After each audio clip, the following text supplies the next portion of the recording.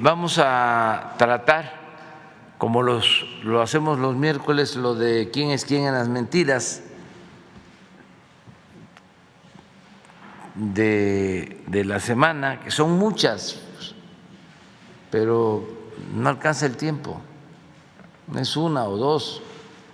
La verdad es que ya no es nota, pero pues no está de más seguir insistiendo en cómo se utiliza los medios de información para atacarnos y sobre todo para querer detener el proceso de transformación que está en marcha en el país. No lo van a lograr, pero sí es importante que haya réplica para que no puedan manipular como lo hacían antes, porque se dedicaban a calumniar y estaban al servicio de los intereses creados, casi todos empleados de potentados, periodistas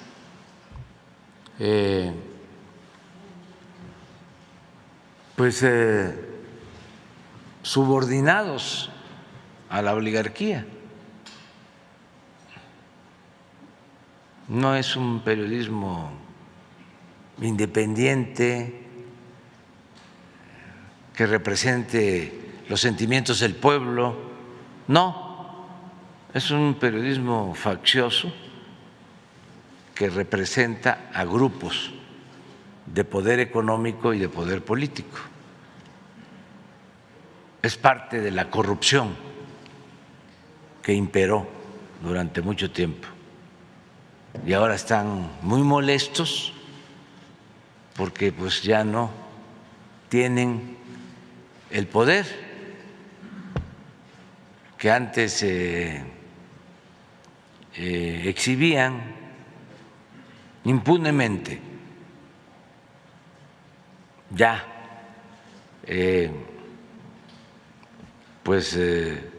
difaman, atacan todos los días, pero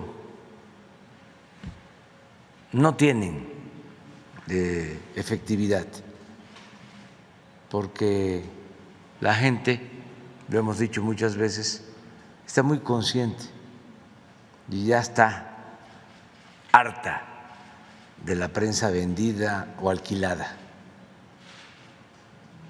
y de estos medios de comunicación que solo defienden a las minorías rapaces. Ya ese periodismo no tiene nada que hacer en el país. Desde luego existe la libertad de expresión, de manifestación de las ideas, pero no tiene eficacia. Sin embargo, pues no les queda de otra más que seguir con lo mismo, atacando con mucho dinero, pero la gente está muy consciente de que hace falta que se consolide la transformación, que terminemos de limpiar de corrupción al país y que nunca más vuelva a imperar la corrupción, el autoritarismo, la prepotencia, y que el gobierno represente a todos y no a una minoría rapaz.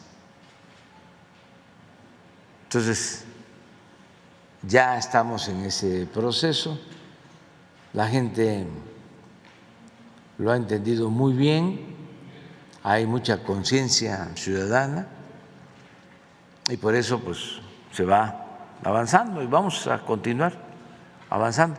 Pero es muchísimo el malestar que les provoca nuestra situación, lo que se está llevando a cabo. Les molesta mucho. Y también se está poniendo de manifiesto que es igual la prensa y los medios y los grupos de poder en México que en otros países. Y en Estados Unidos, y que es lo mismo que el Reforma o que la Crónica, el Washington Post o el New York Times, son famosos, pero son periódicos sin ética, también al servicio de potentados y de gobiernos.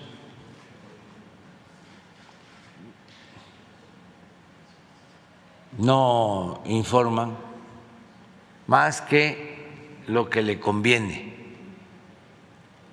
a los potentados de México y del mundo. No les importan los pueblos. Ustedes nunca van a encontrar en el Washington Post, en el New York Times, en el Financial Times, algo en defensa de los ciudadanos. Nada. Todo es en defensa de las élites del poder. Antes no se podía hablar de esto, no se podía tocar a los intocables. Ahora, afortunadamente, sí podemos hacerlo. Esa es la importancia que tiene esta conferencia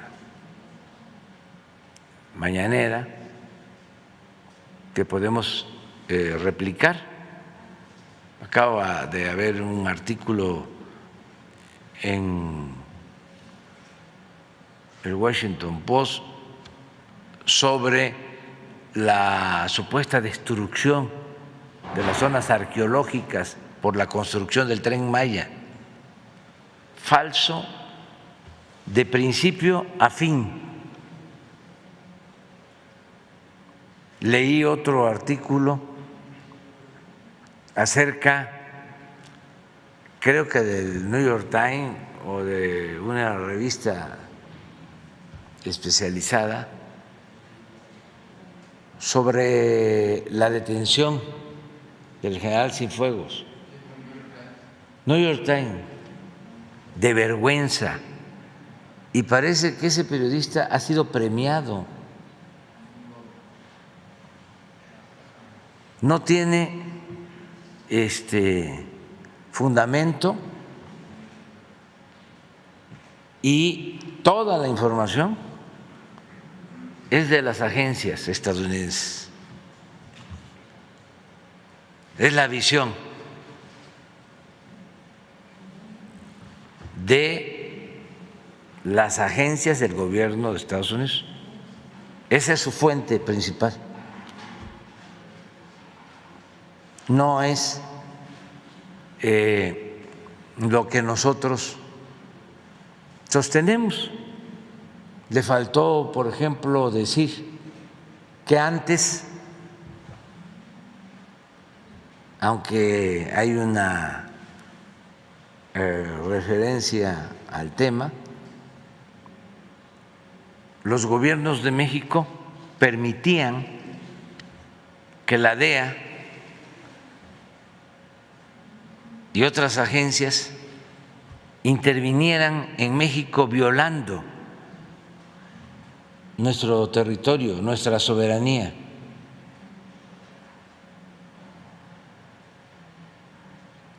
Y él dice que como ya no permitimos eso, ya no se hace nada para combatir las drogas y evitar que lleguen a Estados Unidos. Falso. Una cosa es que cuidemos nuestra soberanía y que no se permita que ningún gobierno extranjero decida sobre lo que nos corresponde decidir a los mexicanos, y otra es que no se combata el narcotráfico. Pero como estaban mal acostumbrados a meterse, no cuenta, por ejemplo, el señor de cuando asesina a un delincuente en Morelos, a un Beltrán. Él narra, ¿no?, sobre eso, pero no cuenta porque le faltó información y sobre todo objetividad, que quienes operaron eso fueron agentes extranjeros con el apoyo de la Marina de México, porque ellos daban órdenes a la Secretaría de Marina.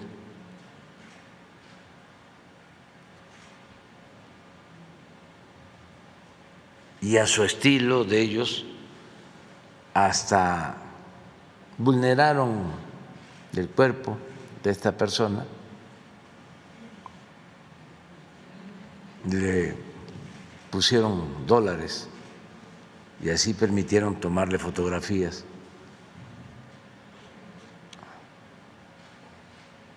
Y al día siguiente declaró el embajador de Estados Unidos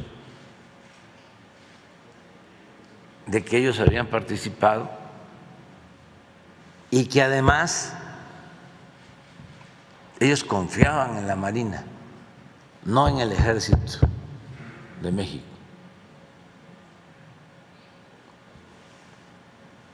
Imagínense eso. De ese entonces es también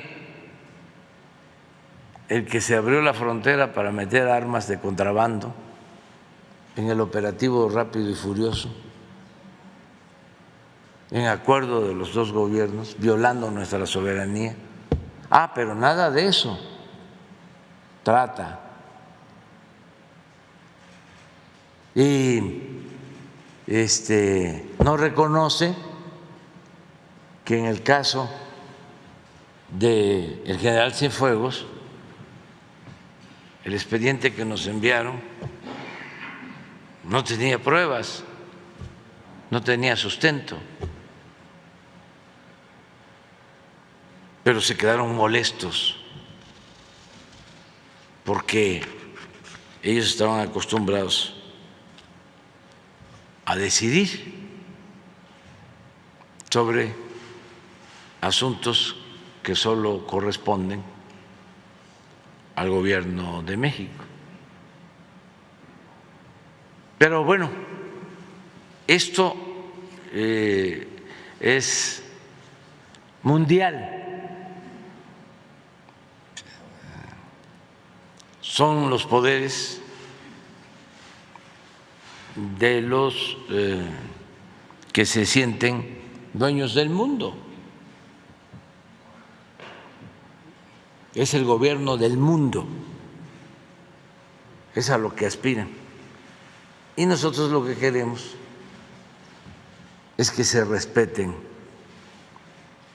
las soberanías de los países, las independencias de los países, y que a partir de ahí se dé la cooperación en lo económico, en lo social, y que haya armonía y amistad entre todos los pueblos del mundo, que prevalezca la fraternidad universal. Pero todavía no termina esa mala costumbre de imponerse, aunque se está avanzando. Yo siempre les comento que el presidente Biden habla de un trato en pie de igualdad, pero pues es el presidente Biden, que le acabo de enviar una carta, le hice un reconocimiento porque es el único de los presidentes de Estados Unidos de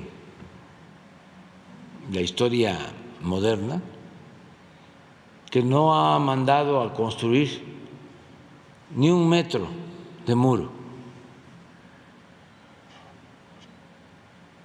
Durante décadas todos mandaban a construir como manda sus tramos de muro. El presidente Biden es el único, creo que en 4 décadas, si no es que más. Entonces sí, ha actuado de manera consecuente y con respeto hacia México. Bueno, adelante.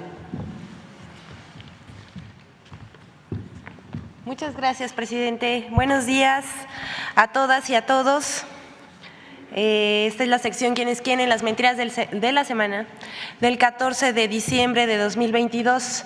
Pero antes de iniciar, me gustaría como poblana extender mi más sentido pésame a la familia del gobernador Miguel Barbosa Huerta, a doña Rosario, a sus hijos y a todos sus seres queridos. Un abrazo fraterno. Y vamos a iniciar con la sección. Se desquicia la oposición por plan B de reforma electoral enviada por el presidente. En radio, televisión y prensa escrita, así como en canales de YouTube y periódicos digitales, sigue a todo la campaña emprendida para difundir mentiras en torno a la reforma electoral enviada por el presidente Andrés Manuel López Obrador al Congreso de la Unión. En la última semana, los ataques y las mentiras han arreciado. Los argumentos son las mismas falacias. Que si el Poder Ejecutivo quiere secuestrar un organismo autónomo, que el plan B de la reforma era una venganza hecha con el hígado, como dijo Sergio Sarmiento en Reforma, que si la reforma busca allanar el camino a una reelección o a una elección de Estado, como publicó en el Financiero Enrique Cárdenas. También una misión electoral de la OEA acusó falsamente al presidente López Obrador de querer modificar el árbitro electoral independiente. Y bueno, ya sabemos, por ejemplo, Ciro Murayama declaró que la reforma es una venganza política. También miembros de la oposición y el diario Reforma acusaron de inconstitucional la reforma electoral. Pero ya Lorenzo Córdoba fue más allá, quien es consejero del INE y quien también tiene eco de algunos como Julen Renmentería, Emilio Álvarez y Casa y por supuesto Claudio X González, quienes insistieron en que se pone en riesgo la democracia. Todos así al unísono repiten el mismo discurso. Mauricio Merino mintió al afirmar que con el recorte el personal del INE en el territorio sería sustituido, escúchelo bien, por personas de Morena. Ya, o sea, no tienen límites, eso por supuesto que es falso. Todos los días se publican mentiras sobre la reforma electoral, pero no se tocan los temas de fondo que los ciudadanos deben conocer, como por ejemplo la reducción de recursos en el costo de las elecciones por 6,000 millones de pesos y del aparato administrativo del INE sin afectar sus tareas sustantivas. Aquí mostramos en la pantalla una gráfica de cómo es más caro el voto en México que en otros países de América Latina.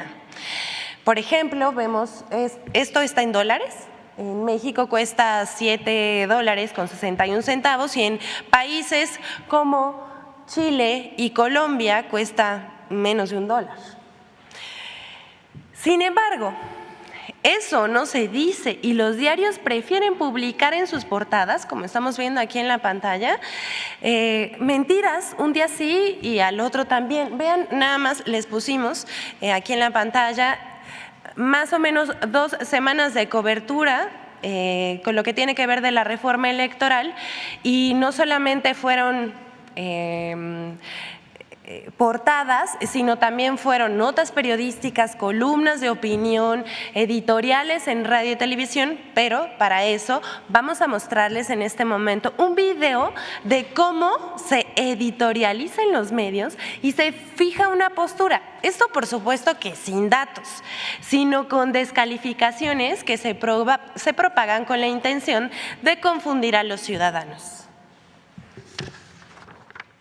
El famoso Plan B es una iniciativa que ha salido del hígado del presidente Andrés Manuel López Obrador. No hay otro propósito en la iniciativa más que debilitar, golpear al Instituto Nacional Electoral.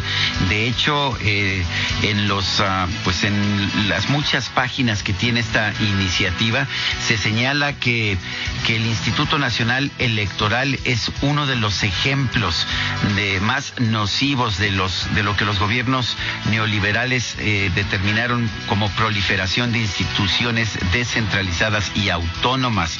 En vez de garantizar elecciones libres, confiables, democráticas, auténticas, dice, ha convertido a una élite académica en garante de abusos en el uso del gasto público y cómplice protectora de conductas electorales fraudulentas e ilegales. Bueno, pues si fueron tan fraudulentas las elecciones realizadas por el INE, ¿cómo es posible entonces que aceptemos el resultado de las elecciones de 2018 y de 2021 en que ganó Morena? López Obrador se quiere apoderar del INE. López Obrador quiere ser él quien determine quién va a ser el próximo presidenta de México y no los ciudadanos, que no seamos nosotros. Y entonces la reforma electoral a López Obrador, la reforma en la Constitución, fue bateada. Revivió la alianza opositora, PAN, PRI, PRD, juntos otra vez. Batean con MC también, batean la reforma constitucional electoral de López Obrador, pero luego ya tenía López Obrador su plan B, que de todas maneras le pega al INE, porque ese es el objetivo de fondo de López Obrador. Él no quiere un árbitro imparcial. López Obrador advirtió desde el lunes que al INE sí lo iba a tocar. Yo creo que si la reforma mataba al INE, la constitucional, esta lo quiere dejar inválido. Así de grave es.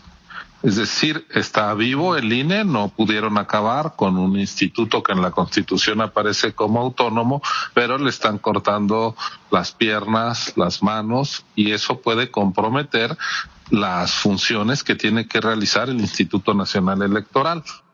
Oiga, señor Claudio, aprovechando que lo tenemos aquí nada más, hay una de las cosas que se señala que de alguna manera usted ha encabezado este movimiento ante la evasión de impuestos de sus empresas. Es una versión que públicamente usted nunca ha aclarado y estaría bueno que ya que está aquí, pues lo aclare a las cámaras, por favor. ¿Podría? Sin comentario, y por favor cheque bien sus fuentes. Yo no soy empresario, soy activista social. Gracias. En efecto, estamos ante una reforma que genera un profundo daño al Instituto Nacional Electoral y sobre todo a los derechos que el INE está destinado a garantizar, como son pues elecciones, estándares constitucionales, imparciales, dando toda la garantía a los ciudadanos. Ahora se desaparecen. No tenemos un problema electoral, pero sí tenemos un personaje que lleva 16 años diciendo que el INE hace fraudes. Ese personaje fue un candidato derrotado a la presidencia 2 veces y hoy es el presidente de la República. Y no paró de repetir que el INE hace fraudes y, por cierto, pocas voces salieron a hacerle frente, Ciro. Y ahí están las consecuencias, ahí están los resultados, ¿no? También de debates que no se dieron en su momento. Bueno, Se los dejamos para que ustedes juzguen. Y vamos con la siguiente. The Washington Post publica reportaje con mentiras sobre supuesta destrucción de tesoros arqueológicos en un tramo del Tren Maya. Ya lo había mencionado el presidente Andrés Manuel López Obrador hace un momento y en este momento la vamos a desmentir.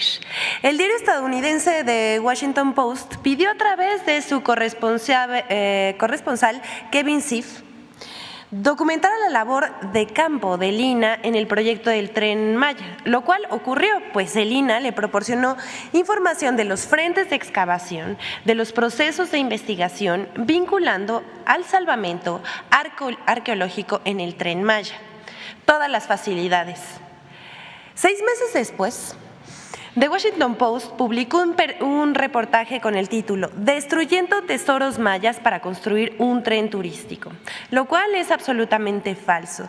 Sorprende la falta de ética y veracidad por incluir datos erróneos, imprecisos o mal interpretados, por falsear declaraciones, por omitir información relevante y sobre todo por revelar una posición parcial, tendenciosa y prejuiciada que sin miramientos descalifica el arduo trabajo realizado por profesionales de reconocida trayectoria y prestigio en su ámbito de conocimiento. Una verdadera falta de respeto. Vamos por partes. En el caso del Tren Maya, el salvamento se basa en una metodología que emplear recursos tecnológicos de vanguardia para responder con mayor eficiencia al reto de investigar y proteger los monumentos arqueológicos localizados en el trayecto del sistema ferroviario, es decir, los 7 tramos. Contrario a lo que afirma The Washington Post, la clasificación se basa en una metodología innovadora y en los más altos estándares de calidad internacionales para la intervención y diagnóstico de patrimonio en obras de infraestructura. El INAH, el Fondo Nacional de Fomento al Turismo, la FONATUR, y la Secretaría de la Defensa Nacional, además de los consorcios constructores, han realizado las modificaciones necesarias al proyecto del tren para garantizar la preservación del patrimonio arqueológico. Gracias a estos trabajos de salvamento se han recuperado información valiosísima y se han obtenido relevantes hallazgos, los cuales han sido salvaguardados con técnicas de protección aprobadas por el Consejo de Arqueología del INAH y han quedado registrados con tecnología de punta que permitirá a los especialistas su estudio durante las próximas décadas. Los bienes muebles recuperados se encuentran resguardados y actualmente son estudiados y restaurados por especialistas del proyecto.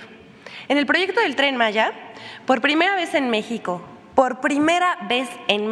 se ha implementado de forma sistemática la conservación in situ de los monumentos a través de terraplenados con geomalla, muros de tierra armada y pivoteos, procedimientos que han permitido garantizar la preservación de más de 1,090 monumentos que se encuentran en el derecho de vía del tren. Insistimos, de los 7 tramos.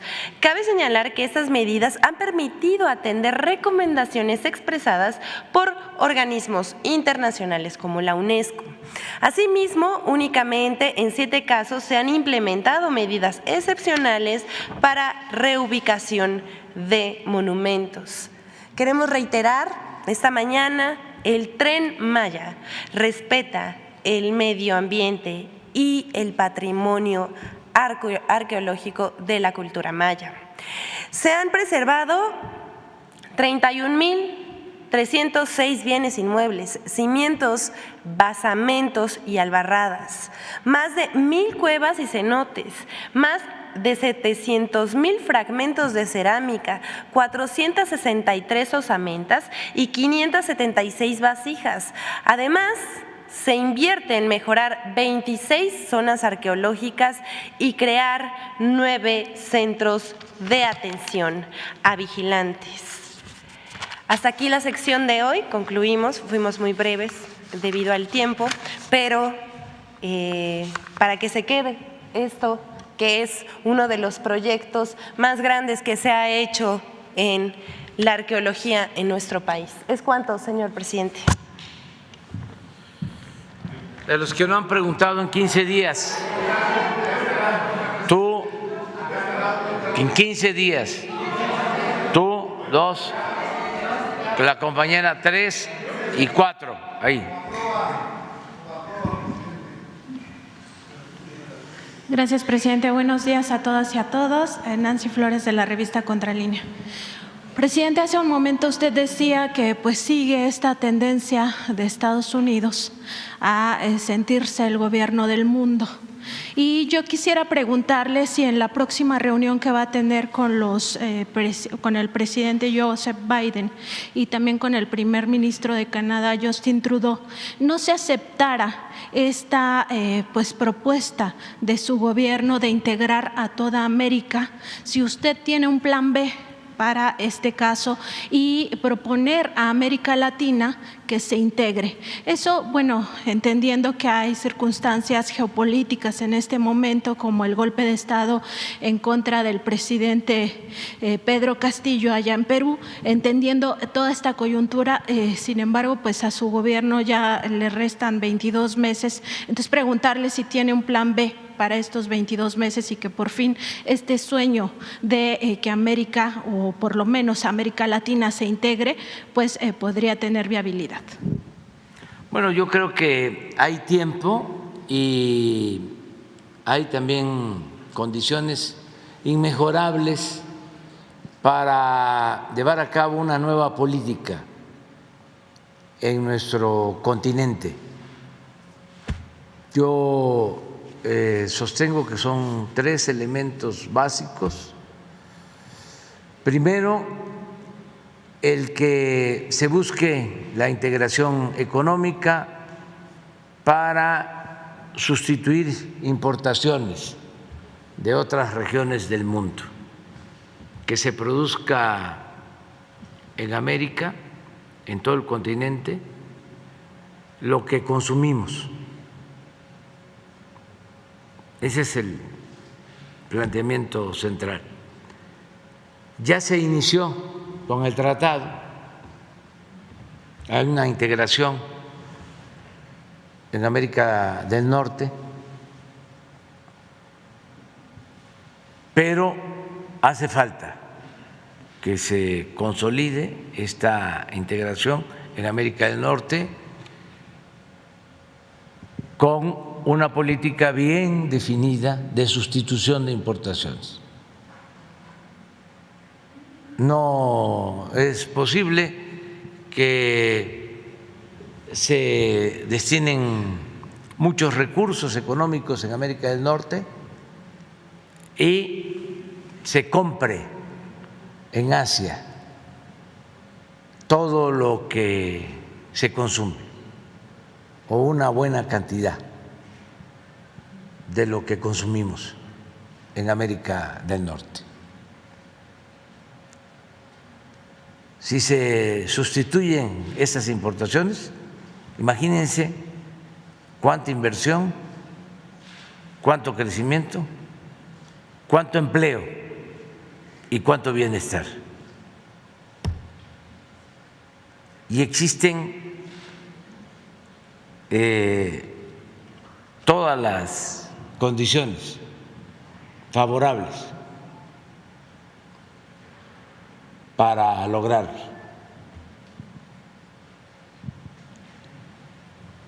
Y esto debe de considerar no solo la integración de América del Norte, sino de todo el continente.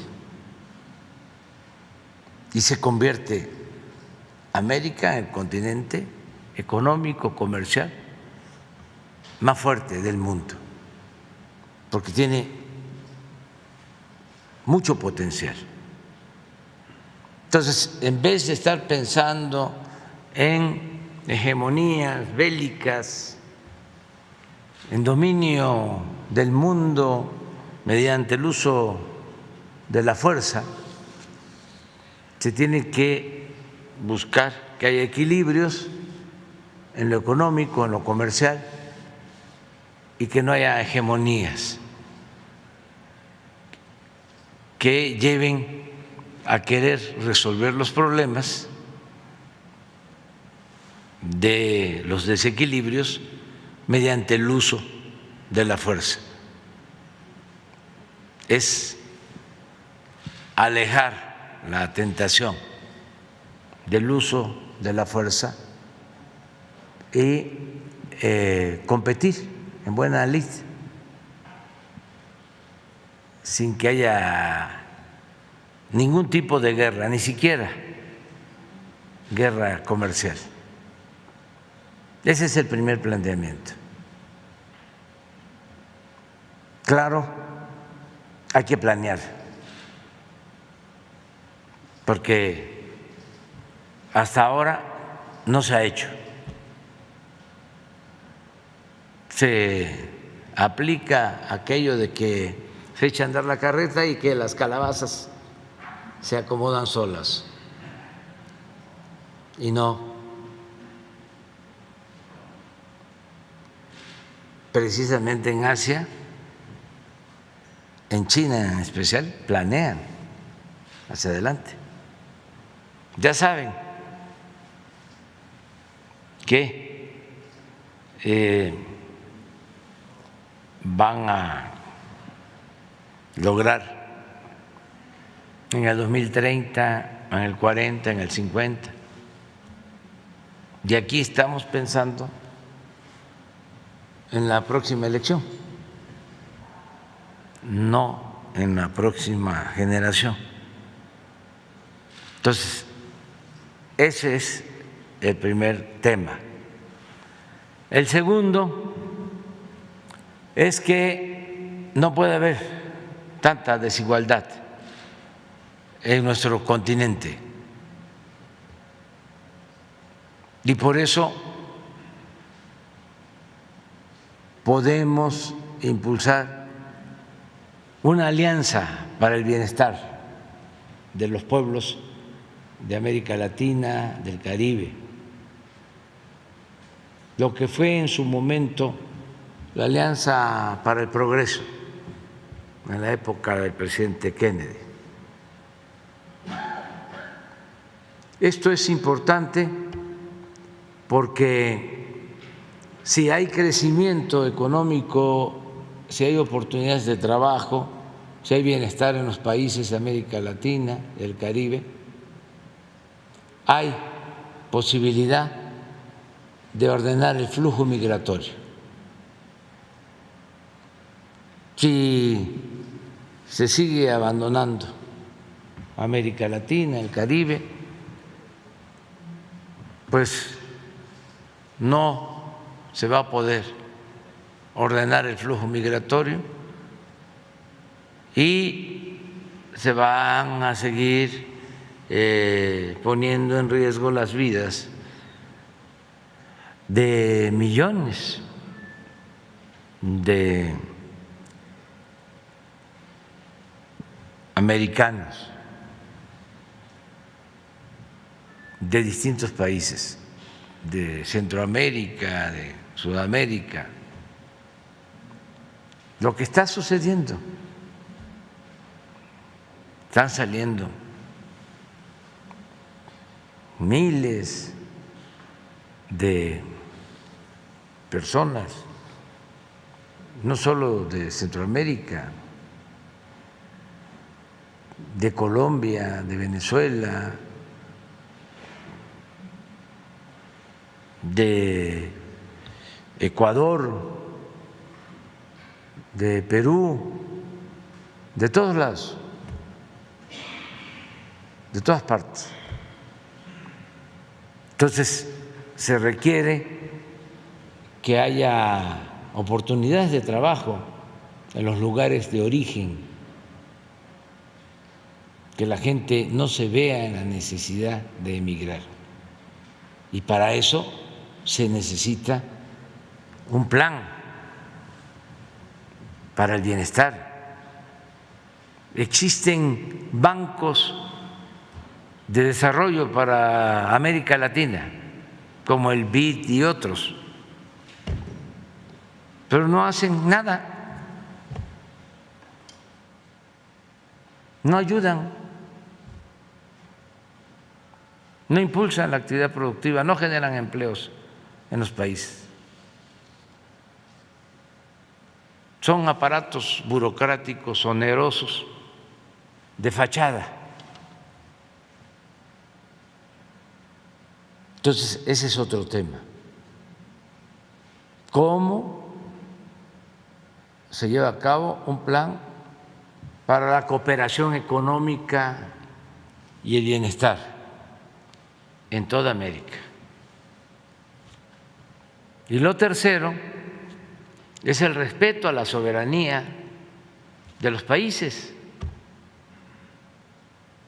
que ya no se mantenga la política de principios del siglo XIX,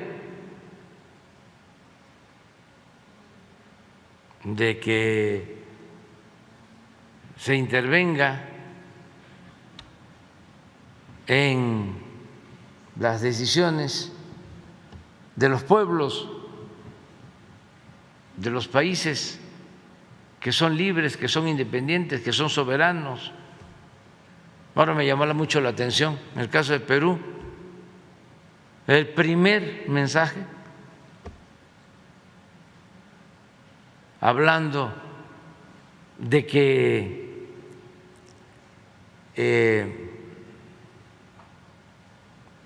se estaba alterando la legalidad en ese país, fue de la Embajada de Estados Unidos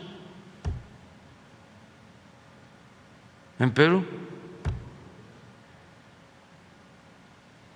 Eso ya no debe de aplicarse como política. Tiene que haber respeto a la soberanía de los países, a la independencia de cada país. Y nos debemos de dar pues un trato de aliados. Pero si va a seguir habiendo la política del bloqueo a Cuba, de las sanciones políticas medievales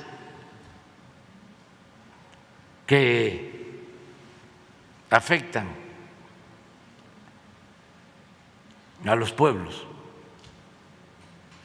porque no es afectar a los gobiernos. ¿A quién se afecta con un bloqueo? A los pueblos, a la gente. ¿Y qué peligro hay de que podamos tener una relación de respeto? ¿Qué peligro significa Cuba para Estados Unidos? ¿Qué peligro significa Venezuela para Estados Unidos? ¿Qué peligro significa Colombia para Estados Unidos? Nada. Eso tiene que ver con otras épocas.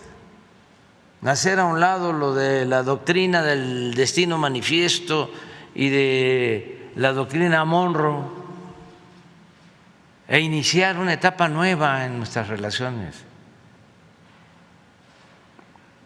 que haya de verdad una comunidad en América y que esto nos permita crear una unión de todos los países, de todos los pueblos, para potenciar nuestros recursos naturales, la fuerza de trabajo, la creatividad de nuestros pueblos. ¿De dónde se va a sacar fuerza de trabajo? Si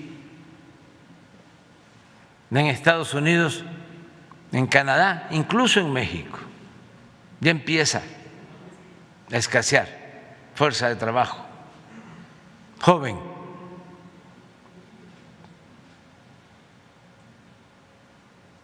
¿Y qué se hace sin fuerza de trabajo? Pues está muy bien lo del discurso de la automatización y de la robótica y de el desplazamiento de la fuerza de trabajo, pero eso va a llevar un tiempo todavía.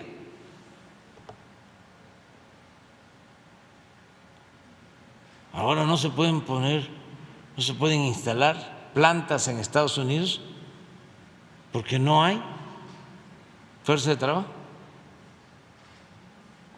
Todo esto tiene que plantearse y de manera ordenada también permitir que haya visas de trabajo temporal una vez que en los pueblos, en los países hay oportunidades de trabajo, los excedentes o los que deseen ir a trabajar a otros países que lo puedan hacer de manera ordenada. Una unión de toda América. Es un sueño, pero hay que plantearlo para buscar que se convierta en realidad. Entonces, de eso vamos a hablar. Y es muy importante porque el presidente Biden pues es un político profesional, sí tiene una visión de futuro, lleva ya muchos años en la política y pues está pensando, no tengo duda, en las nuevas generaciones, en lo que vamos a heredar, en lo que se va a dejar como legado a las nuevas generaciones. Porque ni modo que nos crucemos de brazo y que a ver cómo se acomodan las calabazas. Presidente, en otro tema, cada jueves aquí el subsecretario de Seguridad Pública, Ricardo Mejía Verdeja, presenta un caso de estos jueces y magistrados que liberan criminales que son generadores de violencia. Uno de varios, porque bueno, él presenta el más destacado, digamos, de la semana, pero son varios. Entonces, preguntarle, presidente, si la secretaria de Seguridad y Protección Ciudadana, Rosa Isela Rodríguez, pudiera ya presentar una lista de los jueces, magistrados y ministros que liberan a estos criminales. Hay un caso terrible que ocurrió apenas hace unas semanas del segundo al mando del cártel Jalisco Nueva Generación. Y estos jueces, magistrados y ministros pues viven en la impunidad total, ni siquiera se les señala este señalamiento público y no hay transparencia de quiénes son. Le pregunto esto porque finalmente estos juzgadores, pues lejos de pues aplicar la justicia en México, lo que hacen es beneficiar a estos criminales y al mismo tiempo son corresponsables de la violencia y de los asesinatos que se padecen en México. Entonces, sí es posible que se presente aquí esta lista para que conozcamos por lo menos quiénes son estos jueces, magistrados y ministros que también son criminales. Sí, se está denunciando a todos estos jueces ante la Judicatura, ante el Consejo de la Judicatura del Poder Judicial. Se están presentando denuncias y también ante la Fiscalía General acerca de dar a conocer quiénes son. Pues vamos a analizarlo. Sí se está ventilando bastante sobre estos temas. Antes no se tocaban, por eso en la impunidad hacían lo que querían. Hay un juez Fierro, ese sí lo menciono porque no tiene que ver con asuntos criminales, sino con corrupción. Y digo corrupción porque se dedica a proteger a Iberdrola. Ahora, con lo del Estadio Azteca,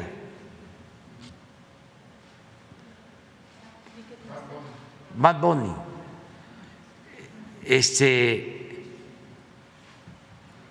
¿dónde estaba? ¿Cómo se llama la institución esa de fachada que crearon para simular? COFESE. ¿Dónde estaba? ¿Qué hacen? Sí, pero se supone que el COFESE lo crearon para que no haya monopolios.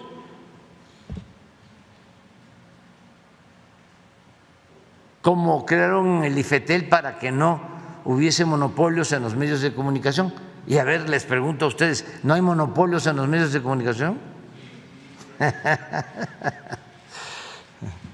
Ya no voy a reír porque se enojan mucho, pero me da risa. Pero eso es un asunto muy serio. Presidente, y por último, preguntarle, en este contexto de la reforma electoral de este Plan B, que es muy necesario para consolidar la democracia en nuestro país, para que ahora sí este Instituto Nacional Electoral y también el Tribunal Electoral del Poder Judicial de la Federación no respondan a los intereses de la élite económica y tampoco a la derecha política en nuestro país, pues preguntarle sobre estas conversaciones que usted sostuvo con su maestro, el ya fallecido doctor en ciencia política Arnaldo Córdoba, quien le mencionaba en estas conversaciones que sostuvo, están grabadas ahí, se pueden revisar en YouTube, preguntarle sobre estas conversaciones donde él decía que el Estado mexicano lo teníamos que recuperar la sociedad,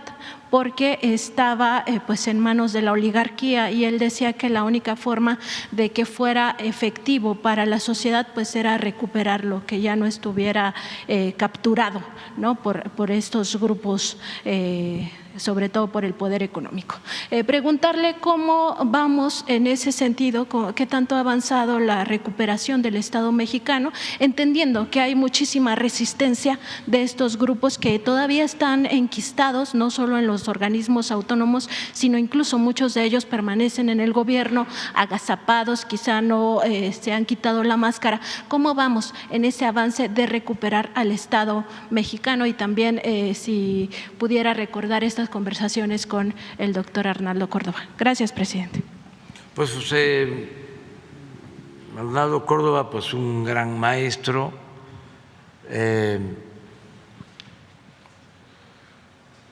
un intelectual de primer orden, con buenas obras, es el creador de libros como El sistema político mexicano, La política de masas del cardenismo, en fin, un gran maestro. Y cuando nosotros estábamos luchando en la oposición, él nos apoyaba junto con otros intelectuales, Monsiváis, Hugo Gutiérrez Vega, José María Pérez Gay y muchos otros. Ahora hay un relevo también de intelectuales que ayudan mucho.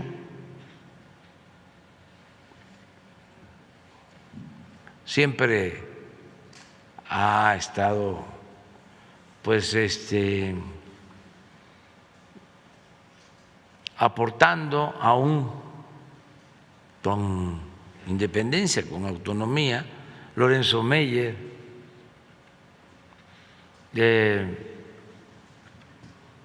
Rafael Barajas,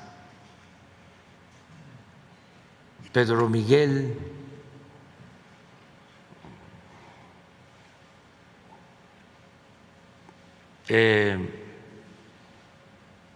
muchos intelectuales, Paco Taibo, Armando Bartra, se me olvida que es muy buen escritor, el maestro Enrique Semos, siempre consecuente, siempre, siempre, siempre. No, joven, Fabricio Mejía, y muchos otros que nos ayudan bastante, y actores y periodistas que están ayudando, y muchísima gente, muchos ciudadanos en las redes. Yo me inspiro bastante en lo que veo en sus comentarios geniales, y además la defensa que hacen. Ayer, por ejemplo, de manera infame, una persona puso por el fallecimiento de Miguel Barbosa, puso: sigues tú, Andrés Manuel. Fíjense esas cosas. Un señor Marieto, ¿cómo se llama? Sí, pero el clásico conservador, así,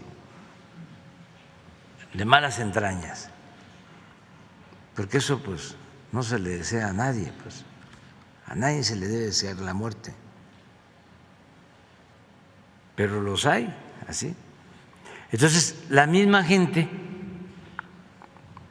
se hace cargo de hacer cuestionamientos y tuvieron que borrar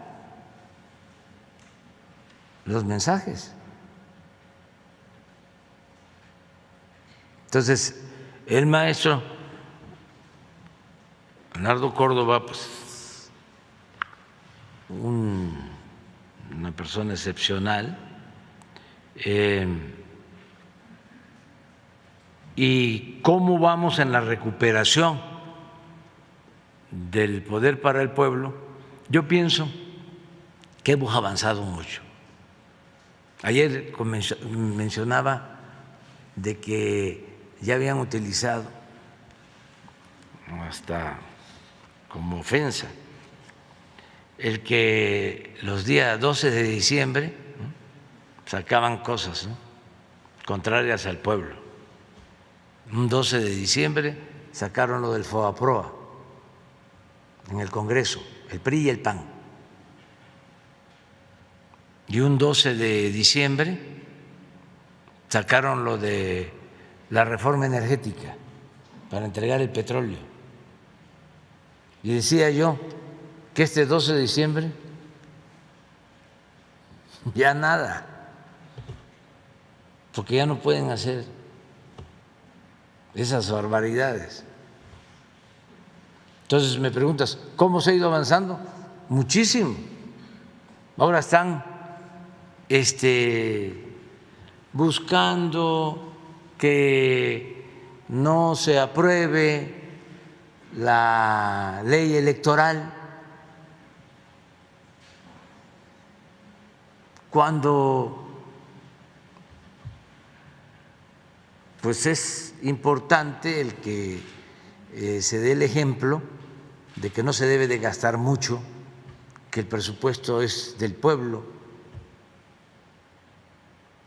y que hay que cuidarlo y que hay que distribuirlo y le tiene que llegar más presupuesto a la gente más pobre, más necesitada. Sí, pero ¿qué pasa con la ley electoral? Pues ayuda en ese sentido, en que no compren el voto, pero de todas maneras ya es el pueblo el que manda en el país. Ya no es el tiempo de antes. Convocan y llegan 100, 200, 300, claro, en todos los medios, ¿no? Salen, aparecen. Y Claudio X González, pues encabezando, ¿no?, este movimiento. Sí, están pasando por un periodo muy decadente los conservadores.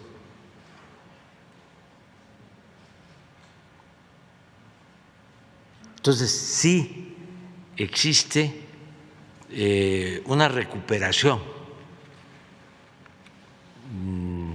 del poder por parte del pueblo. Se está cumpliendo aquello que me dijo un migrante en San Quintín, en la campaña, maestro poblano, que después de un mitin me buscó y me dice, vamos a ganar,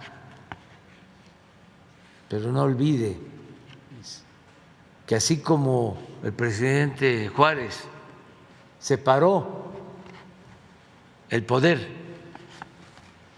del clero, del poder civil, porque a Dios lo que es de Dios y al César lo que es del César. Ahora lo que se necesita, no lo olvide, es separar al poder económico del poder político y que el gobierno represente a todos.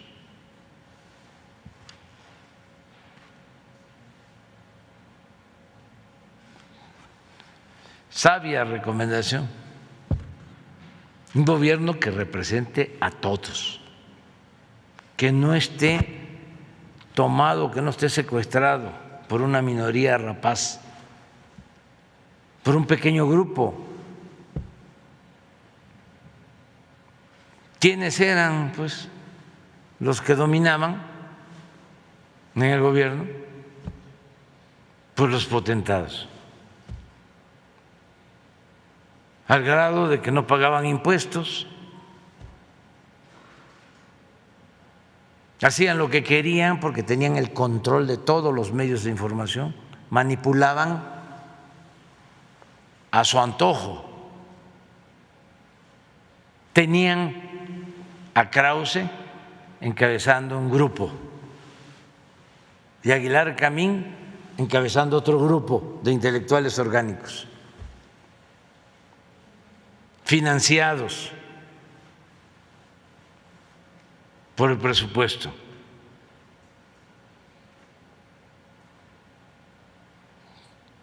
Claudio, me acuerdo que cuando la elección del 2006,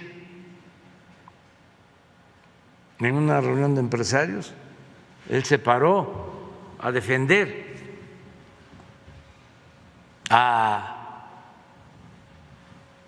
los que habían comprado Banamex y no habían pagado impuestos. Y luego se convierte, como dicen, líder, activista social. ¿Saben para qué? Para impulsar la llamada reforma educativa. y él encabeza la campaña en contra de la educación pública, en contra de los maestros.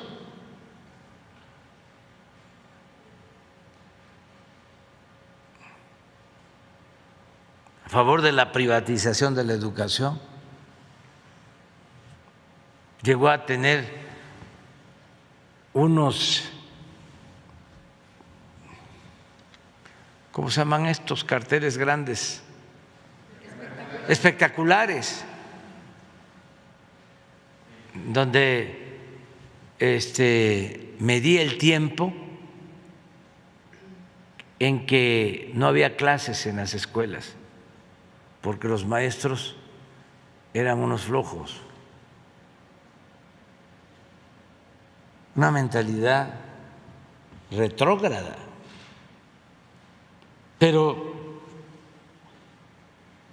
lo increíble, inaudito, es que llega a convertirse en el líder de los partidos opositores.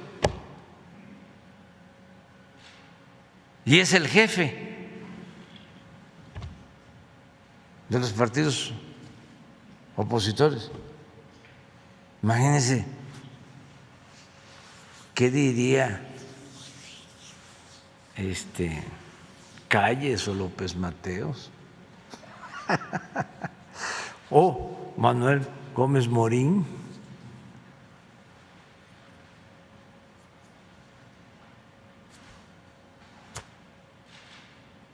Entonces sí es una etapa decadente para ellos, afortunadamente de esplendor y de renacimiento para la vida pública de México. Entonces sí hemos avanzado muchísimo. Ya ellos no deciden sobre el presupuesto. ¿Ustedes creen que si ellos estuviesen en el poder se estarían entregando las pensiones a los adultos mayores? Lo dicen. Estaba yo viendo ayer a el diputado de Coyoacán, Cuadri, haciendo cuentas de que es más lo que se les da a los adultos mayores que lo que se le da a los jóvenes para la educación. Para empezar, ¿por qué no darle a los adultos mayores?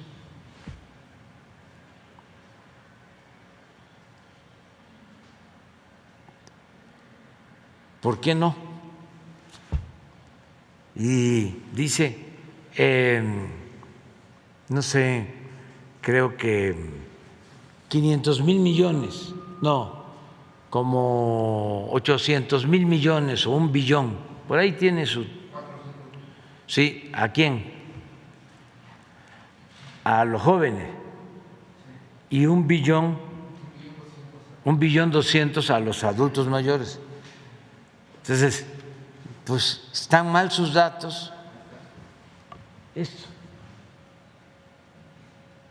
1.2 billones a los adultos mayores.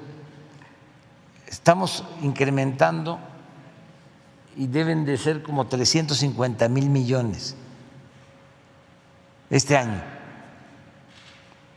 las pensiones, que es bastante, desde luego, pero bien merecido. Pero en el caso de los jóvenes de la educación no son 400,000, ahí sí son más de 1 billón. Imagínense lo que se invierte en educación.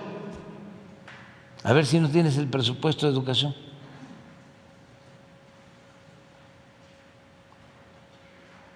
Que tiene que ver con los jóvenes. Pero les molesta. Mire cómo me llama. Calígula. Y Diego Tartufo.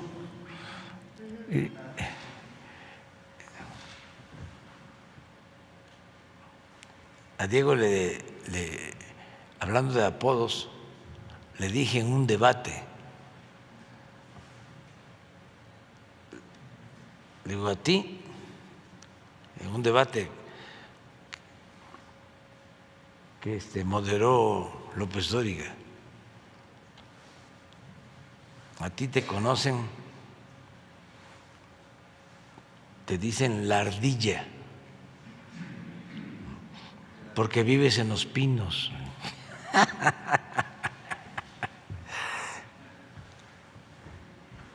Pero no sé.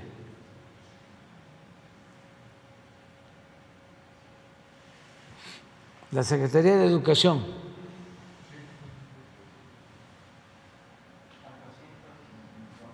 ¿Cuánto?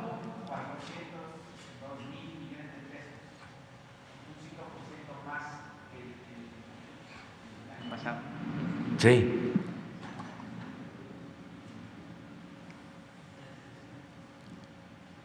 Pero tiene que ser más que eso.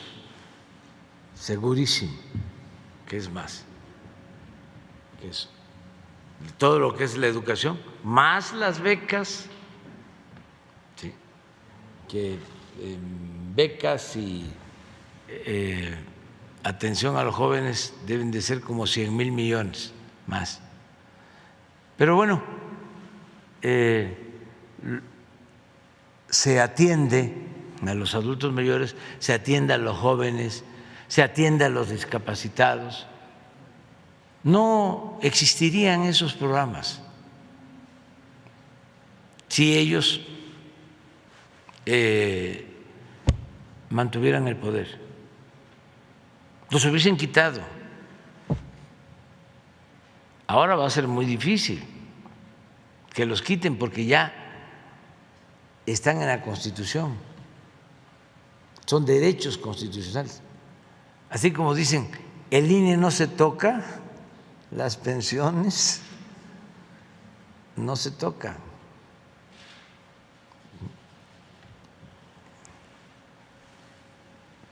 ¿Quién sigue?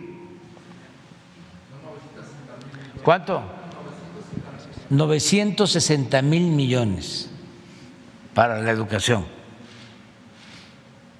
Y los adultos mayores deben de ser como 350, 400,000 millones. Pero aún cuando fuese 1.200.000, como él dice, qué gran satisfacción.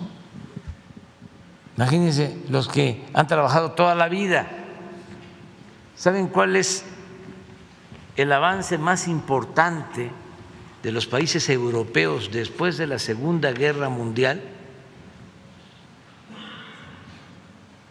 El avance más importante de todos los países de Europa después de la Segunda Guerra Mundial, el estado de bienestar, el haber establecido el estado de bienestar, que significa darle protección a la gente desde que nace hasta que muere, desde la cuna hasta la tumba. ¿Qué es estado de bienestar? Si una persona llega a los 65 años, ya recibe una pensión y no el monto que estamos entregando, que a pesar de que ha aumentado, es mucho menor a lo que recibe un adulto mayor en Dinamarca, en Suecia, incluso en España y en otros países de Europa. Su decadencia de esos países, con todo respeto, comenzó cuando empezaron por la política neoliberal, por el predominio de esa mentalidad individualista que todo lo que va a la gente lo tachan de populismo o de paternalismo. Cuando empezó esa política empezaron a quitar, a socavar el estado de bienestar en Europa y empezaron las crisis. Porque ya no hubo equilibrio, ya empezó a haber más acumulación de capital en unas cuantas manos.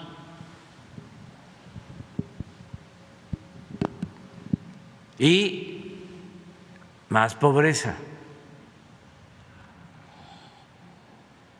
Por eso nosotros queremos seguir avanzando en el estado de bienestar.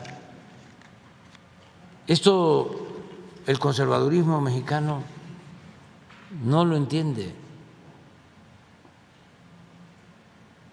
Y lo paradójico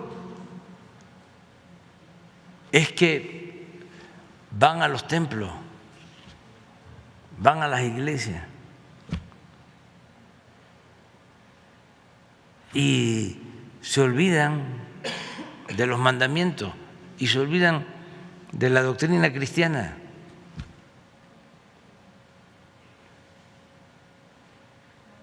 En la teología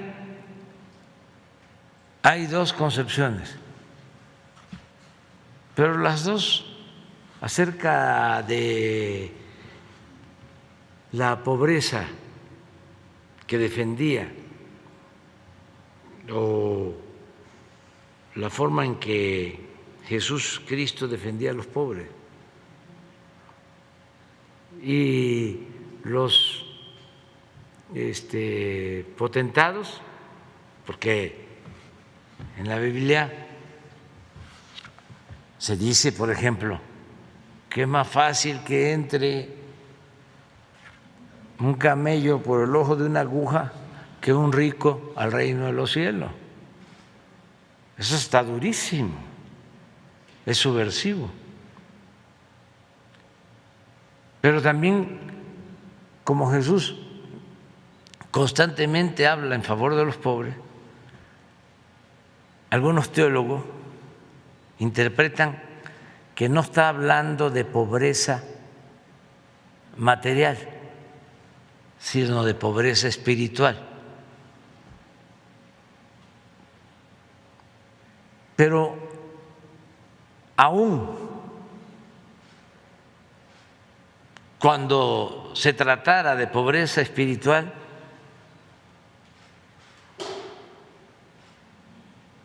¿qué? ¿No existe la pobreza espiritual? Claro que sí. Quien no es fraterno, quien no es solidario, quien es individualista, egoísta,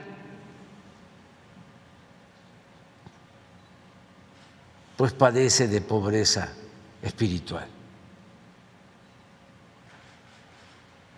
Y desde luego los teólogos por la liberación pues no interpretan solo eso, interpretan de que es pobreza material, pobreza, pero que Jesús siempre tuvo preferencia por los pobres y que por eso lo seguían y lo espiaban, y eso está en los evangelios, y lo llamaban alborotador del pueblo, y por eso lo crucificaron. Y no es invención, está escrito en los evangelios. Entonces, ¿cómo estos conservadores llegan a negarle la posibilidad a una gente humilde, de ayudarlo, de que salga adelante, de darle la mano para que se empareje y caminemos todos juntos, y al mismo tiempo se dicen cristianos. Son unos reverendos hipócritas.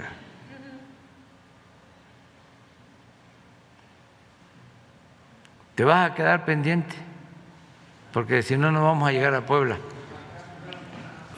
Te quedas pendiente. Oh, una. A ver, es que va a haber tiempo mañana para seguir. Buenos días, presidente. No me levanto para no tapar la toma. Gustavo Torres, de la agencia de noticias Notipress. Me gustaría recordarle que el 22 de noviembre se le hizo la pregunta sobre la situación de la vacuna patria. Usted nos respondió que para el 29, una semana después, se invitaría a María Elena Álvarez Bulla, titular del CONACYT, para que nos diera pues un avance, ¿no? Y creo que esto tiene mucha importancia, no solo por el proyecto de la vacuna en sí, sino por lo expuesto ayer por el subsecretario Hugo López-Gatell, de que en México se pasa por una sexta ola de contagios, ¿no? Si bien no son con impacto mayor, ¿no? Entonces, y además de que se informó de que en México hay una cobertura general de 84%, ¿no? de vacunación, sin embargo, pues no con la vacuna patria, ¿no? Entonces, si nos pudiera dar un balance de este proyecto o a falta de información concreta de la doctora Álvarez Bulla, ¿qué evaluación se le podía dar a la vacuna patria? Gracias. Bueno, hay dos posibilidades. Una, que hoy mismo la doctora María Elena informe, ¿sí?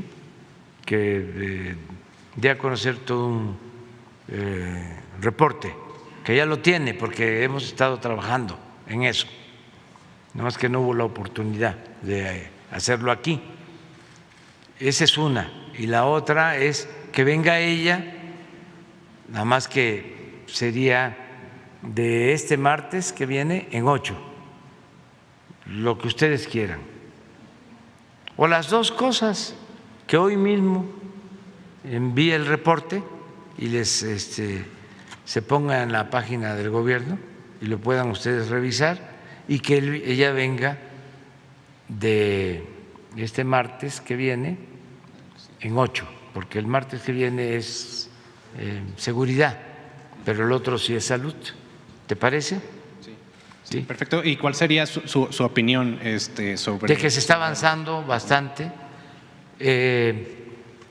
Están muy molestos también los adversarios con la nueva política del CONACYT, porque ¿sabe qué pasaba? Que con dinero del presupuesto público, ¿sí?, se financiaba a las empresas transnacionales para supuestamente hacer sus investigaciones, pero empresas que están acusadas por vender productos chatarra, se les daba dinero del CONACYT, y ahora ya no hay eso, son becas para investigadores,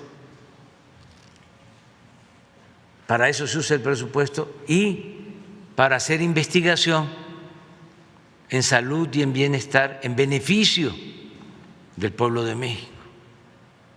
Pero eso los tiene porque hicieron toda una campaña sobre las innovaciones tecnológicas y era para transferir recursos, pero muchísimo dinero a estas empresas, y claro, vivían pseudos científicos también al amparo de este presupuesto.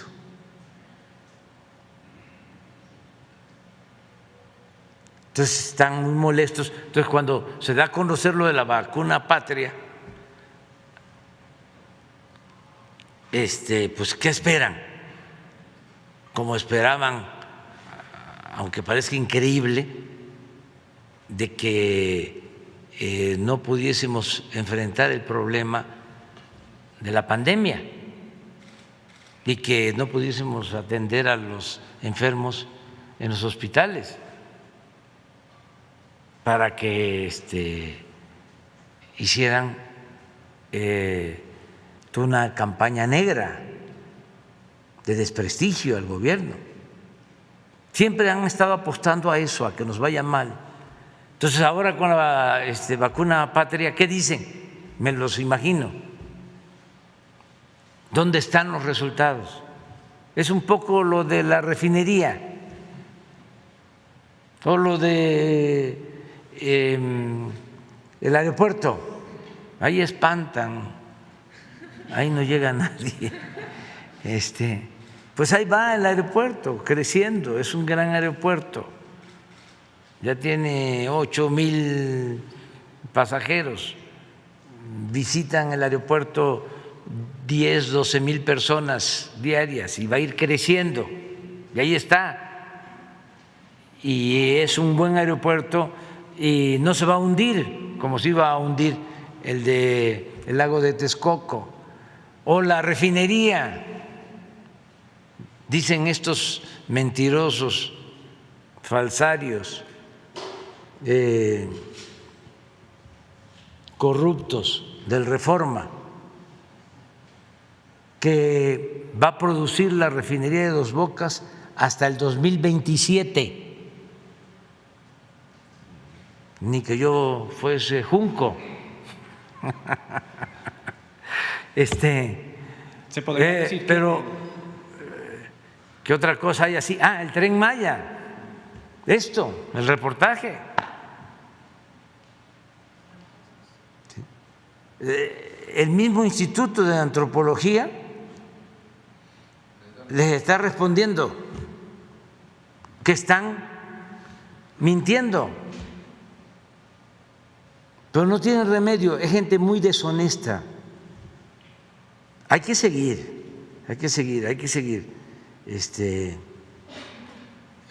informando, no dejándoles libre el terreno. Imagínense si nada más escucha a uno, a Ciro o a Loré de Mola o a Sarmiento. No, pues, además es hasta dañino para la salud. O sea, si los escucha uno mucho, hasta le puede salir a uno un tumor en el cerebro. Bueno, adiós. ¿Se podría esperar vacunar al 16% restante, presidente? ¿Se podría esperar vacunar al 16% restante con la vacuna patria? Sí, se va a avanzar bastante, pero damos el informe y luego...